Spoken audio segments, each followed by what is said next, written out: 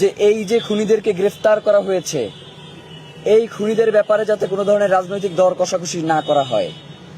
মানে আমি এইটা দিলাম, তুমি এইটা দিবা, এইটার কারণে যেন শহীদ ওসমান হাদির এই যে হত্যাকারীরা দীর্ঘদিন পর্যন্ত যাতে ঝুলে না থাকে, তাদেরকে যাতে অতি দ্রুত দেশে ফিরিয়ে আনার ব্যবস্থা করা হয়। আপনারা জানেন যে গতকাল শহীদ ওসমান হাদির হত্যাকাণ্ডে জড়িত দুইজনকে ভারতে গ্রেফতার করা হয়েছে। ফয়সাল করিম মাসুদ এবং তার সহযোগীকে ভারতে গ্রেফতার করা হয়েছে, এই মর্মে আমরা একটি সংবাদ পেয়েছি। শহীদ ওসমান হাদি হত্যা মামলার তদন্তকারী কর্মকর্তার সাথে আমার কথা হয়েছে।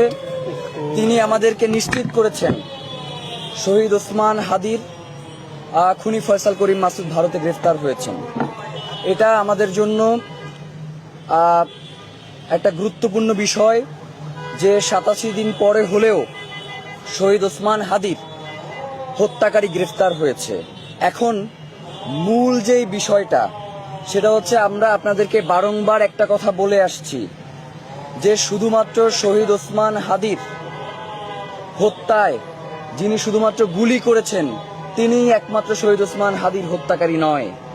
শহীদ ওসমান হাদির হত্যার পিছনে যারা এই শুটারদেরকে ভাড়া করেছে, যারা এই হত্যার পরিকল্পনা করেছে, তাদেরকে আমরা কোনো জায়গায় দেখতে পাচ্ছি না। ইতিপূর্বেও শহীদ ওসমান হাদির হত্যার একটি তদন্ত ডিবির মাধ্যমে সম্পাদিত হয়েছে, যেখানে শহীদ ওসমান হাদির হত্যার যে বিচারিক প্রক্রিয়া বা তদন্তের যেই প্রক্রিয়া সেটা শুরু হয়েছে ফয়সাল করিম মাসুদকে দিয়ে। তারা শহীদ ওসমান হাদির হত্যাকাণ্ডকে একটা ধামাচাপা দেওয়ার চেষ্টা করেছে। বর্তমানে এই মামলাটি, এই তদন্তভার সিআইডির অধীনে রয়েছে, তারা তদন্ত করছে। আমি আজকে সিআইডির যিনি তদন্তকারী কর্মকর্তা রয়েছেন তার সাথে কথা বলেছি। আমি তাকে জিজ্ঞেস করেছি যে এই তদন্ত করতে আর কতদিন সময় লাগবে। তিনি বলেছেন যেহেতু এখন শহীদ ওসমান হাদির হত্যাকারী যিনি গুলি করেছেন তাকে গ্রেফতার করা সম্ভব হয়েছে, সুতরাং আমরা চেষ্টা করছি অতি দ্রুত তাকে দেশে ফিরিয়ে এনে যাতে এর পেছনে কারা রয়েছে তাদেরকে অতি দ্রুত বিচারের মুখোমুখি করা যায়। এটার জন্য আমরা তাদেরকে ধন্যবাদ জানাই, কিন্তু পাশাপাশি একটা জিনিস আপনাদেরকে স্পষ্ট করতে চাই,